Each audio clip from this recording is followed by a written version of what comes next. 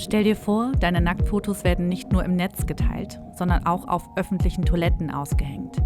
Du zeigst das Ganze an und die Staatsanwaltschaft so: Es besteht kein öffentliches Interesse an der Strafverfolgung. Die Ermittlungen werden eingestellt. Ich frage mich, wie in meinem Fall knapp 3000 Links kein öffentliches Interesse darstellen. Wie kann das sein? Darüber, wie leicht eure Bilder auf Pornoseiten landen und dann in Galerien der sogenannten Exposer-Szene weiterverbreitet werden, haben wir diesen Sommer berichtet. Ich will wissen, was seit den Recherchen meines ersten Films passiert ist. Die Sache mit unserem Fall natürlich war ein bisschen frustrierend, sage ich mal.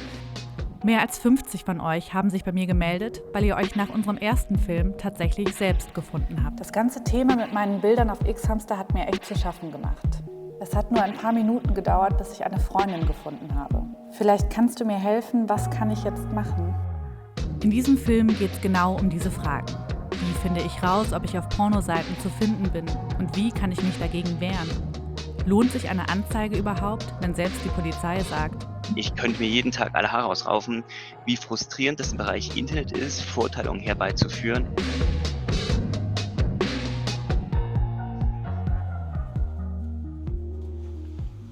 Ich bin zu Hause bei Nicole und Tom, die eigentlich anders heißen. Die beiden haben sich nach meinem ersten Film bei mir gemeldet, weil sie mit einem besonders krassen Fall zu kämpfen haben. Nicole muss damit leben, dass ihre Nacktbilder knapp 3000 Mal veröffentlicht wurden. Sie will deshalb unerkannt bleiben. Ihre Stimme darf so bleiben, wie sie ist. Warum ist es dir so wichtig, das trotzdem immer wieder zu erzählen, obwohl das ja so privat ist und man da vielleicht gar nicht unbedingt mit jemandem drüber reden möchte, aber man hat sich entschieden, das trotzdem zu machen? Weil ich weiß, dass ich nicht alleine bin und ich will anderen Opfern halt auch Mut machen, laut zu sein. Und auch wenn ich anonym bleibe, möchte ich laut sein. Damit ihr versteht, mit was Nicole zu kämpfen hat, hat sie mir einige Links weitergeleitet und zugestimmt, dass wir sie zeigen dürfen. Darunter zum Beispiel sowas: Nacktbilder mit der Veröffentlichung ihres vollen Namens und ihrer damaligen Adresse. Oder diese Aufforderung: Wer hängt eins der folgenden Fotos von der geilen Hobbyhure auf öffentlichen Toiletten, an Plakatwänden und Ähnlichem auf? Und diese ekelhaften Beweise, dass das auch wirklich passiert ist. Aber der Reihe nach. Nicole hat ihren Ex-Mann im Verdacht, diesen Albtraum losgetreten zu haben. Denn er hat diese Bilder von ihr gemacht. Zum Ende unserer Beziehung waren wir auf der Swinger-Seite Joy Club, wo wir allerhöchstens 10 Bilder veröffentlicht hatten. Aber im Original sind es, wie viel sind es? 192. 192 Bilder, also kann man davon 182 im Prinzip noch abrechnen, wo ich nicht meine Einverständniserklärung dazu gegeben habe. Das heißt, ihr habt die Bilder im Vertrauen gemacht in der Partnerschaft? Richtig. Ist das da mit deiner Erlaubnis passiert oder hat er das auch heimlich gemacht? Es hat er schon mit meiner Erlaubnis gemacht, wobei ich sagen muss, ich war in einer recht hörigen Beziehung. Also er war älter als ich und hat mich da sanft darauf hingeleitet, sag ich jetzt mal, um seine Bedürfnisse zu befriedigen. Vielleicht denken einige von euch jetzt, selbst schuld. Aber das ist noch lange kein Einverständnis für die tausendfache Verbreitung und öffentliche Demütigung von Nicole im Netz. Ihre Bilder findet aber nicht sie, sondern Tom. Und zwar so. Auf einem Festival macht jemand ein schönes Porträtfoto von Nicole und Tom. Tom will wissen, ob es noch mehr solcher Fotos gibt und lädt das Foto in einer Suchmaschine für umgekehrte Bildersuche hoch. Aber statt der Festivalbilder werden ihm Links zu Pornoseiten mit Nacktbildern von Nicole angezeigt. Ich war völlig konsterniert und wusste erst nicht, wie ich damit umgehen sollte. Und dann kam die große Angst, was macht das mit unserer Beziehung und was macht das mit... Deshalb trifft Tom die Entscheidung, Nicole nur wenige Galerien zur Verifikation zu zeigen und dokumentiert jeden Link mit Screenshot in dieser Excel-Tabelle. Monatelang. Aktuell hat diese Tabelle 88 Seiten. Und machst du das jeden Tag tatsächlich? Nein, ja, man muss Pausen einsetzen. Ich habe auch körperliche Probleme dadurch bekommen. Also durch den psychischen Stress, den das auslöst,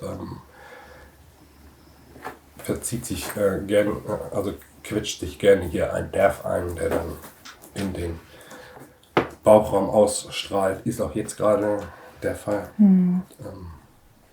Nach knapp einem Jahr Recherche in der Exposer-Szene kann ich mir ansatzweise vorstellen, wie Tom und Nicole sich fühlen müssen. Anfangs verbringt Tom fast 10 Stunden täglich damit, Nicoles Bilder auf verschiedenen Pornoseiten zu suchen und lädt ihre Bilder immer wieder in verschiedenen Suchmaschinen für umgekehrte Bildersuche hoch. Oh mein Gott, ey. Euren Namen in verschiedenen Suchmaschinen eingeben und dann eine umgekehrte Bildersuche durchführen, sollte euer erster Schritt sein, um herauszufinden, ob eure Bilder auf Pornoseiten sind. In vielen Fällen funktioniert das gut, aber es gibt einen Haken. Bei den meisten Suchmaschinen ist nicht klar, wie genau ihr Algorithmus funktioniert oder wie sie mit den hochgeladenen Daten umgehen. Wir haben aber ein Suchmaschinen-Startup gefunden, das es besser machen will. Wir fahren zu einem der Erfinder von Am I in Porn? Die Suchmaschine, um herauszufinden, ob du auf Pornoseiten bist, steht auf ihrer Website. Klingt erstmal vielversprechend. Hallo. Das da hinten ist Lukas Henseleit. Na? Persönlich, ne? Schön, dich kennenzulernen. Freut mich. Corona-Check. Schön, dass du hier bist. Das ist Nicole, Tom, hinter der Kamera ist Henrike. Lukas ist 29 und hat Am I in Porn mit 2 Kollegen entwickelt. Bei einer gemeinsamen Freundin das Gleiche passiert ist wie Nicole. Lukas hat miterlebt, wie belastend es ist, wenn man die Kontrolle über seine Daten verliert und will das mit seiner Suchmaschine für Pornoseiten ändern. Wie würde das denn jetzt laufen? Also müsste Nicole ein Foto von sich mit der Webcam hier machen? Genau. Ja, vielleicht machen wir das, als wenn das okay ist für dich. Nimmt man jetzt das Foto und bezahlt einmal. Jede Suchanfrage kostet aktuell 2 €. So, und jetzt durchsucht er die Datenbank. Sieht man hier Wahrscheinlichkeit 6%. Was heißt das jetzt? Der Abgleich jetzt, das Gesicht, was erkannt worden ist, zu dem, was da eingegeben worden ist von Nicole, ist letztendlich eine 6%ige Wahrscheinlichkeit, dass es diese Person ist. Was natürlich relativ gering ist. Sehr gering. Genau. Auch die anderen Ergebnisse sind keine Treffer. Eine Erklärung: Aktuell durchsucht der Algorithmus nur Videos auf der Pornoseite Pornhub. Von Nicole gibt es aber mehr Fotos auf Xhamster. Wenn ihr sagt, okay, wir finden raus, ob ihr auf einer Pornoseite seid, und dann ist es aber im Endeffekt nur Pornhub, wenn dann rauskommt, okay, nee, du bist nirgendwo, könnte man ja denken, okay, cool, ich bin safe, obwohl man vielleicht auf Xhamster oder sonst wo noch ist. Ne? Ja, das ist auf jeden Fall auch ein valider Kritikpunkt. Also bisher konzentrieren wir uns ausschließlich auf Pornhub, weil wir wirklich sehr, sehr begrenzte Ressourcen haben. Lukas betreibt die Suchmaschine mit 2 Kollegen zurzeit neben ihren Vollzeitjobs. Die Arbeit daran finanzieren sie aktuell aus eigener Tasche.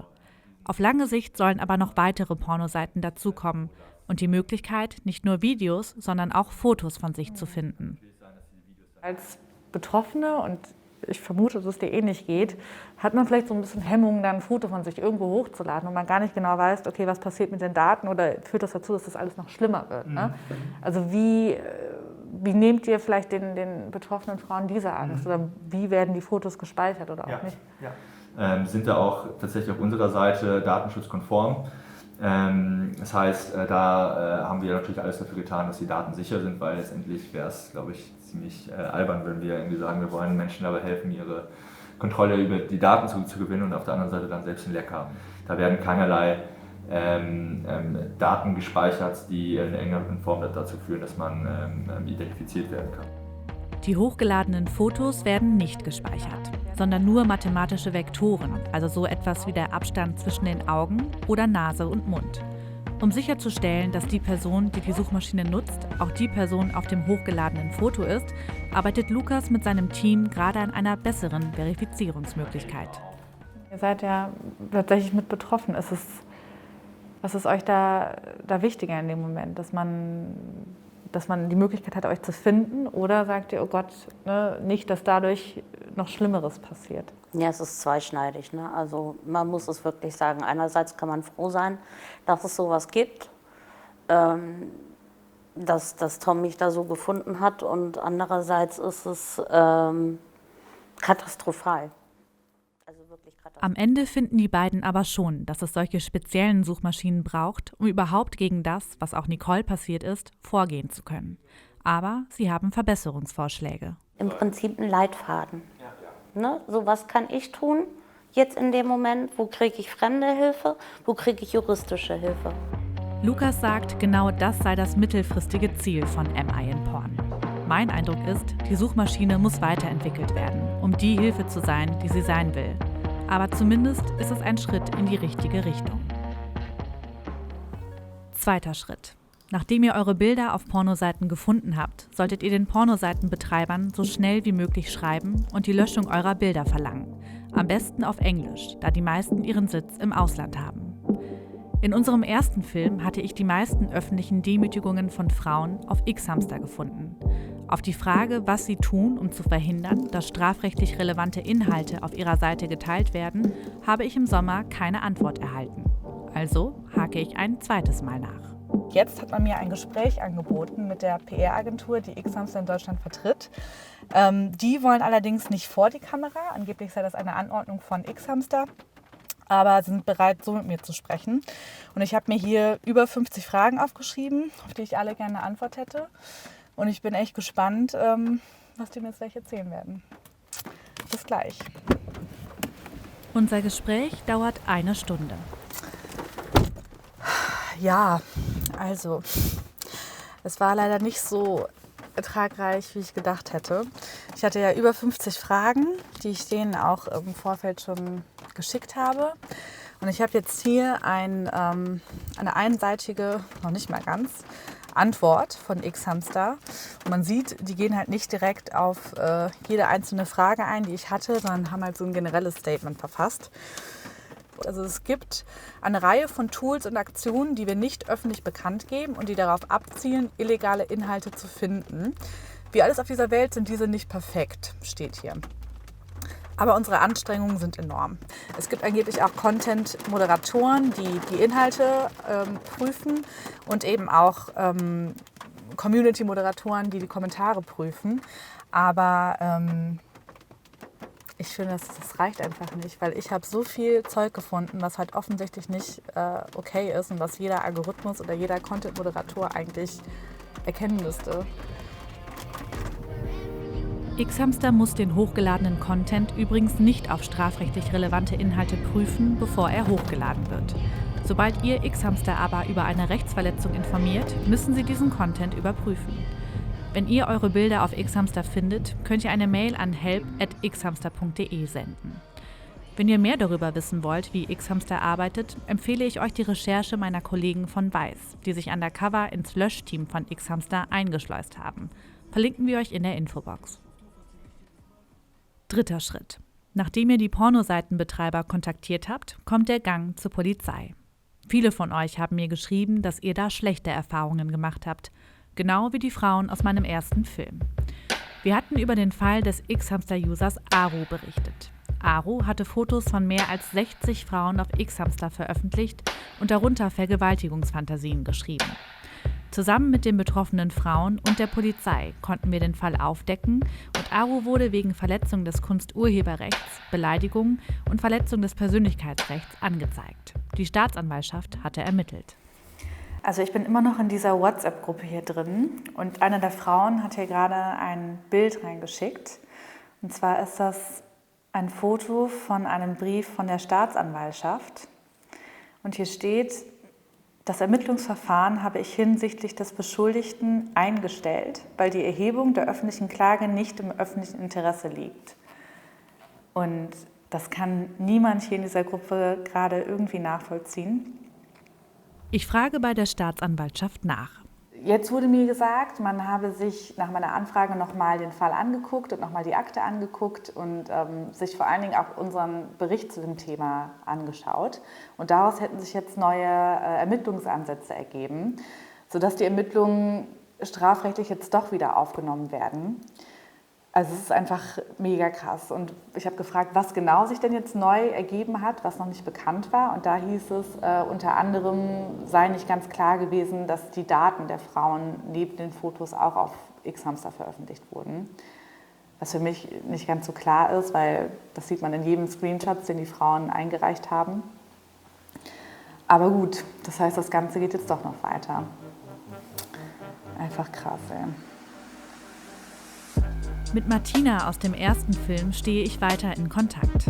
Ich treffe sie wieder. Hallo! Schön, dich zu sehen. Mach mal einmal so, genau. Hi. Na, wollen wir uns hinsetzen?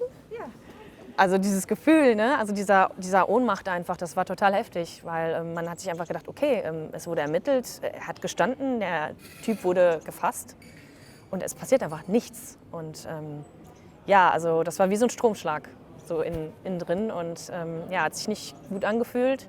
Ja, umso krasser war es, als dann der Brief kam natürlich, dass es doch wieder aufgerollt wird.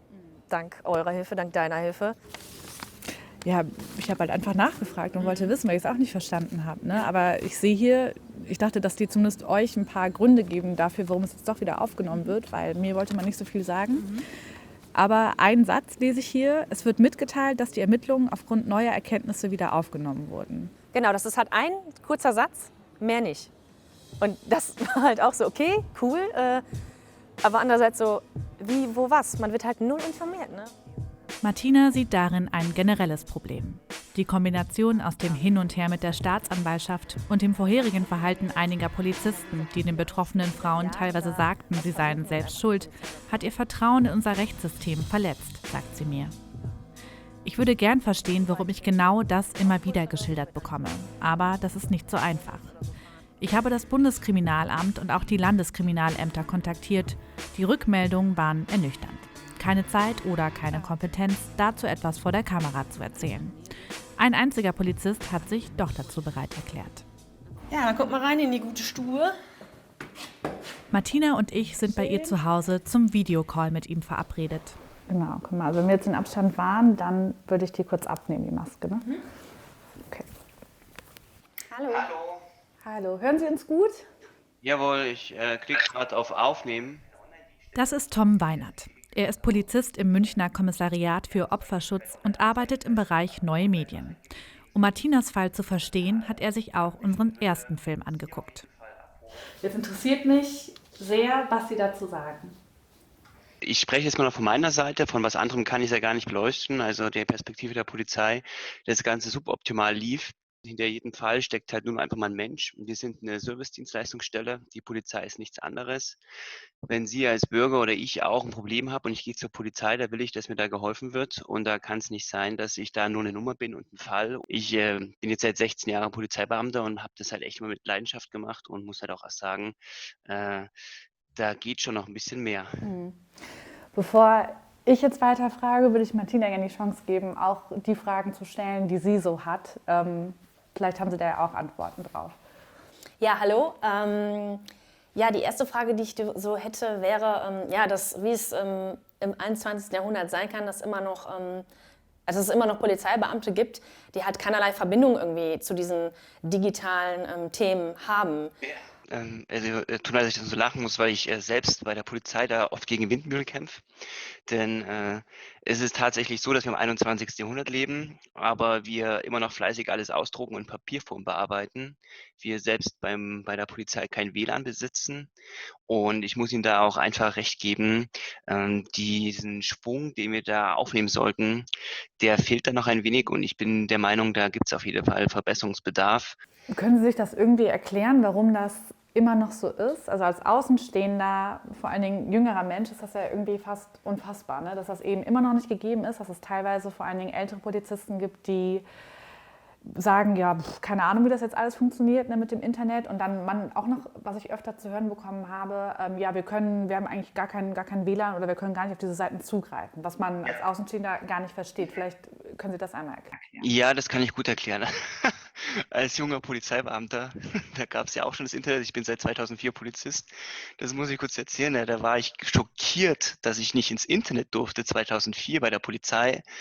Und das hat sich ja jetzt geöffnet, aber auch nicht voll. Also wir können auf gewissen Seiten nicht zugreifen. Und das macht auch Sinn, weil im Internet haben wir Schadsoftware und viele Kollegen, die sich da nicht gut auskennen, die unbedarft dann irgendwo draufklicken und Seiten öffnen, die dann einfach Schadsoftware bei uns runterladen. Ja, ihr habt richtig gehört. Die Polizei kann gewisse Seiten nicht öffnen. Wichtig wäre es laut Tom Weinert, auch ein paar freie Laptops zu haben, auf denen keine sensiblen Daten gespeichert sind. In München sei das schon so. Und das sollte überall verfügbar sein, weil ich kann doch nicht als Polizeibeamte sagen, ich kann die Internetseite jetzt nicht öffnen. Ja, genau, das ist das halt. Was mich auch direkt zu meiner nächsten Frage bringt, der Satz halt, können wir jetzt gerade nichts machen, sind Sie auch ein bisschen selber schuld? Ganz ehrlich, das Handeln des Täters muss verurteilt werden und ich kann doch nicht als Polizeibeamter auch zu Ihnen, wir haben gar keine Beziehung zueinander, ja, Sie geben eine Anzeige auf, kann ich nicht darstellen, dass das Ganze Ihre Schuld ist. Das ist es überhaupt gar nicht. Und unsere Aufgabe ist es, Sie zu unterstützen, Ihnen zu helfen und zwar bestmöglichst. Und ich muss auch ehrlich sagen, das machen auch verdammt viele Kollegen und mich ärgern immer die Kollegen, die dann dafür sorgen, dass sie eben dieses Bild von uns haben, was ich sehr schade finde. Was glauben Sie, wenn Sie es einmal klar formulieren würden, müsste sich ändern, damit die Situation in dieser Angelegenheit nicht so ist, wie ich sie oft geschildert bekommen habe?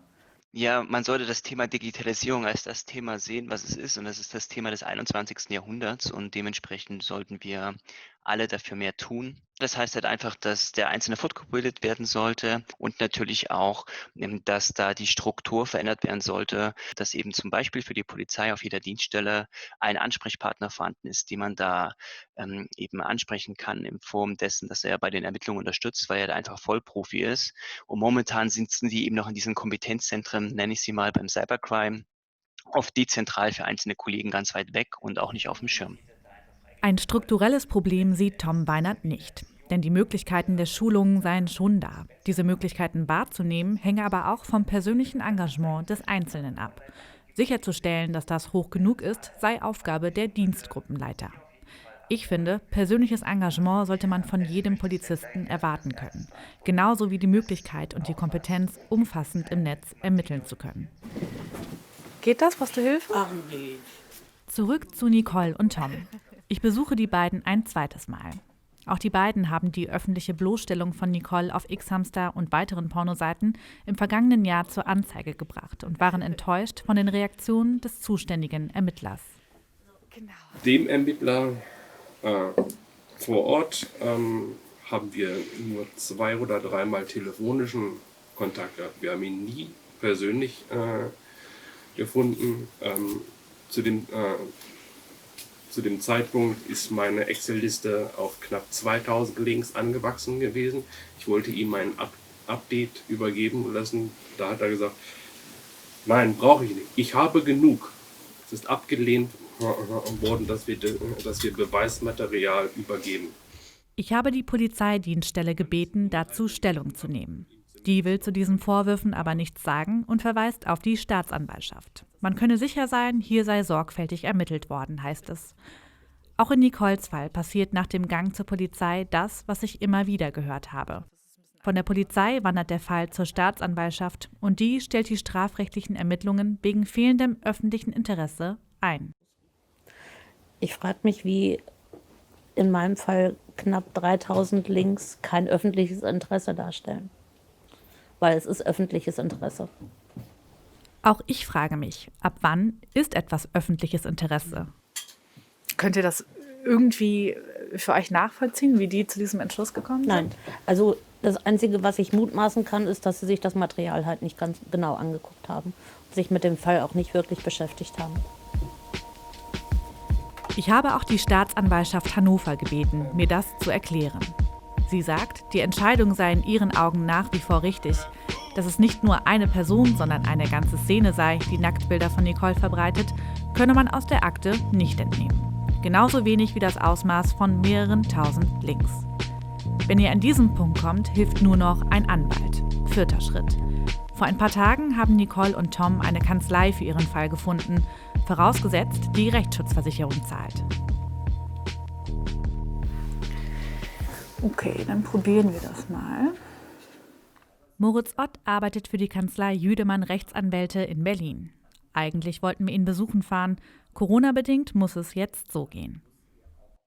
Nach all dem, was Sie jetzt gehört und gelesen haben über diesen Fall, wie bewerten Sie denn das bisherige Vorgehen der Polizei und der Staatsanwaltschaft? Naja, die wollen sich es einfach machen. Also eine andere Erklärung habe ich nicht. Von Gesetzes wegen ist es in der Tat so, dass wenn man auf einen Privatklageweg verwiesen werden kann, das Ganze auch der Festigung des Rechtsstaates dient. dient. Das heißt, der Rechtsstaat soll nicht mit Bagatellsachen aufgehalten werden, um gravierenden Straftaten nicht die gebührende Aufmerksamkeit widmen zu können. Jetzt könnte man aber sagen, gut, knapp 3000 Links, eine ganze Szene, die auf die Demütigung von Nicole bedacht ist und Aufforderungen zu Straftaten, Beleidigungen und die Tatsache, dass eben nicht nur ein mutmaßlicher Täter dahinter steckt, sondern eine ganze Szene, stellen sehr wohl ein öffentliches Interesse her. Wie sehen Sie das? Naja, also der Begriff des öffentlichen Interesses ist ein unbestimmter Rechtsbegriff. Das heißt, er ist nirgendwo gesetzlich geregelt. Die Staatsanwaltschaft hat keine Verwaltungsvorschriften, an die sie sich da richten muss, sondern legt den Begriff selbst aus. Moritz Ott findet sehr wohl, dass in diesem Fall ein öffentliches Interesse besteht. Die Staatsanwaltschaft Hannover hat mir auch gesagt, sie stehe hinter ihrer Entscheidung, da Nicole der Verbreitung einiger Fotos zugestimmt habe. Dass es mindestens 182 Bilder gibt, bei denen das nicht so war, könne sie aus der Akte nicht entnehmen. Da die Frist für eine Beschwerde bei der Staatsanwaltschaft verstrichen ist, hat Moritz Ott nun einen anderen Plan. Ja, ich würde zunächst erstmal eine neue Strafanzeige stellen und dann mit dieser Strafanzeige auch nochmal einen Strafantrag verbinden. Das ist nämlich, glaube ich, auch nochmal ganz wichtig. Weil es sich bei der Verletzung des höchstpersönlichen Lebensbereichs durch Bildaufnahmen nicht um ein besonderes öffentliches Interesse, wie zum Beispiel bei einem Mord handelt, muss der Strafantrag gestellt werden, damit die Staatsanwaltschaft überhaupt ermittelt. Das rät Moritz Ott jedem, der wegen so einem Fall zur Polizei geht. Und ihr könnt auch eure zivilrechtlichen Ansprüche durchsetzen. Wir haben auf der einen Seite das Strafverfahren, wo der Täter vom Staat verurteilt wird oder werden kann. Und auf der anderen Seite gibt es zivilrechtliche Ansprüche wie Auskunftsanspruch, Unterlassungsanspruch und billige Entschädigung in Geld. Bei einem Auskunftsanspruch könnt ihr vom Beschuldigten verlangen, zu erfahren, wo er die Aufnahmen verbreitet hat. Mit dem Unterlassungsanspruch wird er verpflichtet, diese Verbreitung künftig zu unterlassen. Und eine sogenannte billige Entschädigung in Geld könnt ihr wegen der Folgen einer schwerwiegenden Persönlichkeitsrechtsverletzung fordern.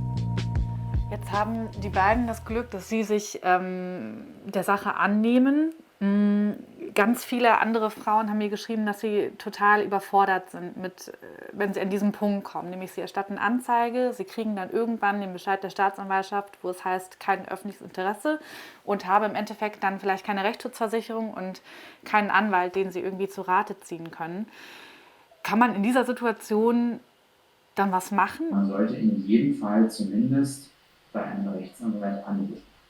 Dann ist es möglich, dass selbst wenn man keine Rechtsschutzversicherung hat, einen Beratungshilfeschein von dem Gericht seines Vertrauens zu holen.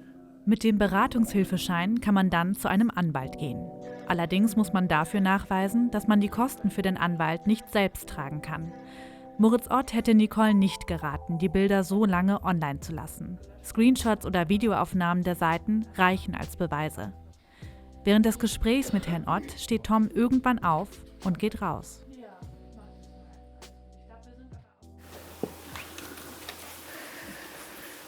Ist alles okay? Ja. Nur einfach die Muskeln sind irgendwann total angespannt. Ich habe aber gesagt, dieses Gespräch hat mir noch Hoffnungsschimmer gegeben. Ja. Ich bin unheimlich erleichtert und vielleicht ist das einfach auch Spannungen, die sich gerade lösen, dass da jemand, der sich mit dem Thema auskennt, einfach mal zuhört. Das hatten wir bislang nicht. Tom und Nicole sind erschöpft vom monatelangen Kampf gegen das, was Nicole passiert ist. Sie finden, es muss sich was ändern, damit andere nicht genauso leiden wie sie. Deshalb haben sie eine Petition mit ins Leben gerufen und konkrete Forderungen ausgearbeitet. Und ihr schreibt, es braucht eine klare rechtliche Grundlage, um Pornoplattformen in die Verantwortung nehmen zu können. Es braucht Verbesserungen im Strafrecht, damit Betroffene gegen die Täter vorgehen können. Zum Schluss schreibt ihr, ein Großteil unserer Gesellschaft hat verstanden, dass eine Frau, die einen kurzen Rock trägt, damit niemandem das Recht gibt, sie anzufassen oder gar zu vergewaltigen. Jetzt müssen wir akzeptieren, dass eine Person mit einem privat aufgenommenen Foto oder Video niemandem das Recht gibt, dieses zu verbreiten. Die Polizei, Strafverfolgung und Pornoplattformen müssen die Täter endlich verfolgen und verurteilen. Und das bringt es eigentlich auf den Punkt. Wenn ihr auch betroffen seid, dann empfehle ich euch noch die Beratungsstellen Anna-Nackt und Hate Aid. Auf Anna-Nackt gibt es zum Beispiel diesen 10-Punkte-Plan, wo auch drin steht, was genau ihr den Pornoseitenbetreibern schreiben müsst, damit sie eure Bilder runternehmen. Und Hate Aid ist übrigens auch der Plan B von Nicole und Tom, falls ihre Rechtsschutzversicherung nicht zahlen sollte. Denn die übernehmen in geeigneten Fällen auch die Prozesskosten oder die Kosten für eine Zivilklage. Was mich noch interessiert, gibt es unter euch auch Männer, die von Non-Consensual Porn betroffen sind? Schreibt es doch gerne in die Kommentare. Wir verlinken euch auch noch einen Film von Represent. Die gehen der Frage nach, ob Catcalling bestraft werden sollte. Wir sehen uns nächste Woche im Q&A. Bis dahin, macht's gut.